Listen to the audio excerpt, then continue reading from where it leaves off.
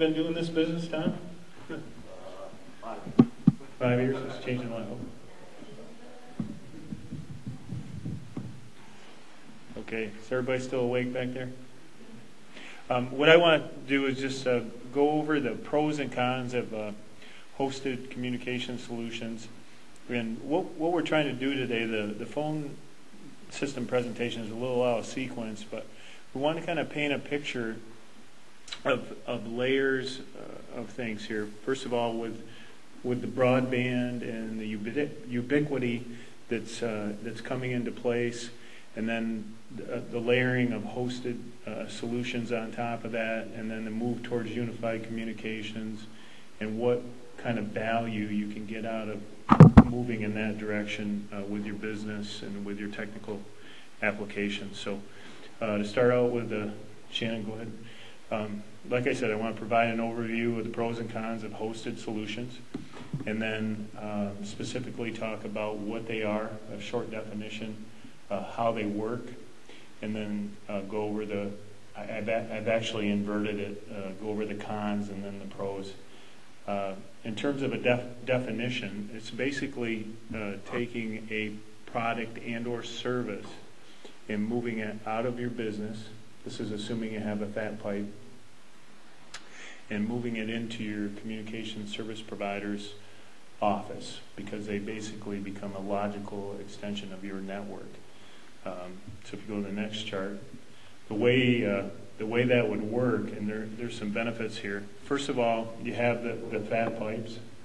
The characteristics are the service is delivered via IP, and typically you have either one or multiple connections, and the benefits are pretty obvious. You can either use it, put all your voice over one connection, all your data over another, or you can bond the connections together, and you'd have redundancy in the event one was cut.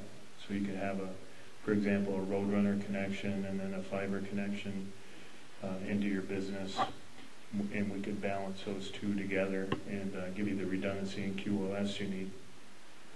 And then lastly, the customers' computers and phones all authenticate off the communication service provider. So basically, the communication service provider becomes the network manager for a business. Now, there's some benefits, obviously, to this. Is as you get ahead of me, as you move these services out of the business into the communication service provider, and the pipes out to cell phones and laptops and Wi-Fi start to get broader, it gives you ubiquity. As you move in and out of your business, it helps with telecommuting and makes it a lot easier than trying to develop firewalls and everything for people to get back into your business.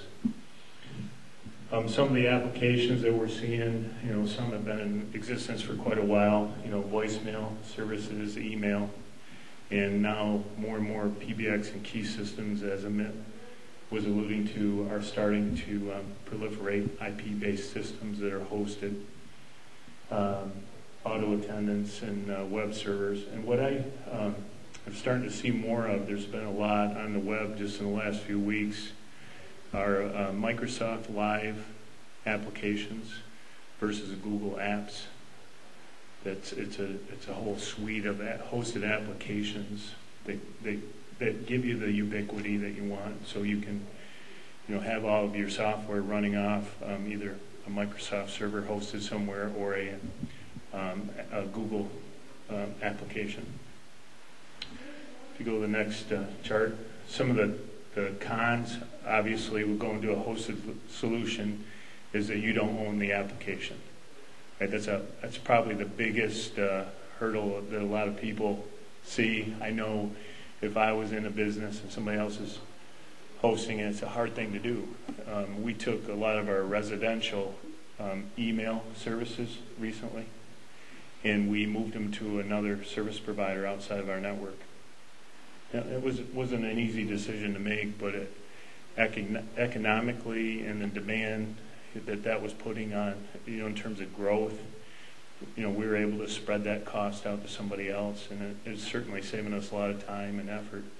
And we kept the business emails internal, where we could manage them. So even West Telecom is starting to do that. And then the other thing, con, that kind of hits you in the face with hosted services is obviously the recurring cost is higher. However, on the positive side is there's lower upfront costs. Either those costs can be amortized over time, or the provider just kind of bundles it all in, and you get a greater long-term return on your investment that way. The other thing I think that doesn't really hit you when you think about it is if a service provider is hosting a solution and they have multiple customers out there with a solution, it's incumbent upon the service provider to keep that solution updated with the latest technologies. And therefore those updates and that growth in technology can be shared among all the people that are using the hosted solution. Where if you've got it in-house, that's a cost that you're bearing every time. And we're seeing it again with the email application, for example, that we just outsourced.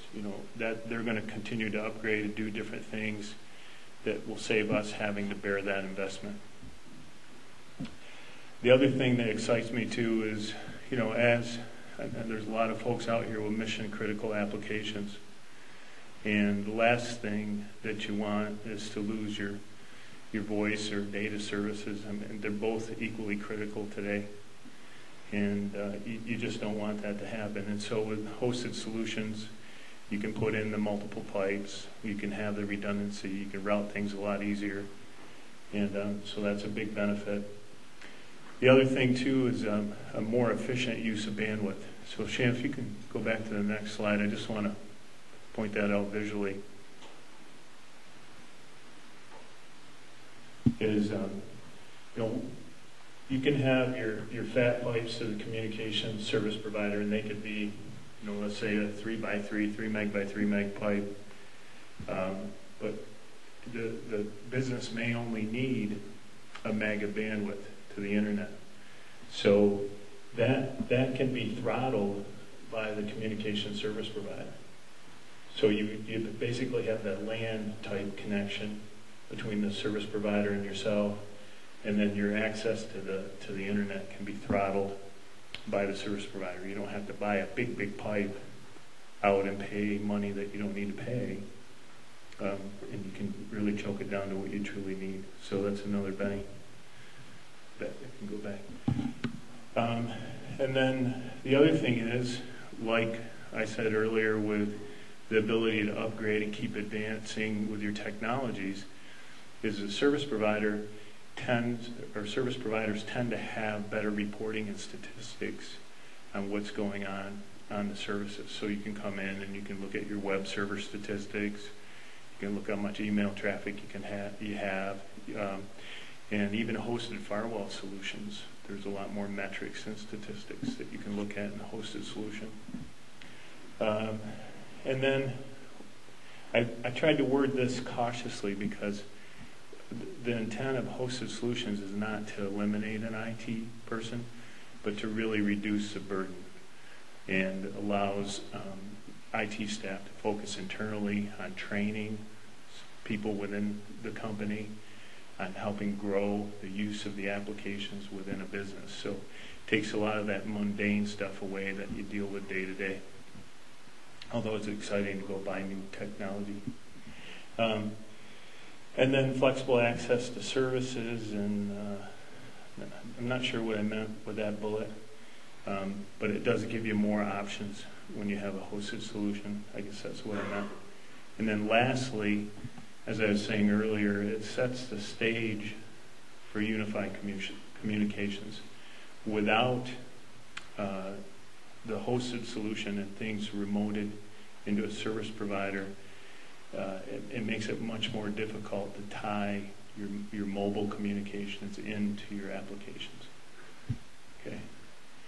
So in summary, what we saw was, or are seeing, is that hosted services are really the movement of an application, a service or a product out of your business into a communication service provider.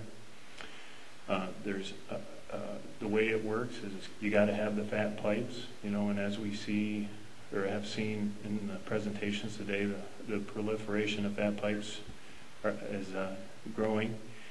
And then lastly, there's a lot of pros to going with that, with a hosted solution. Okay. Any questions?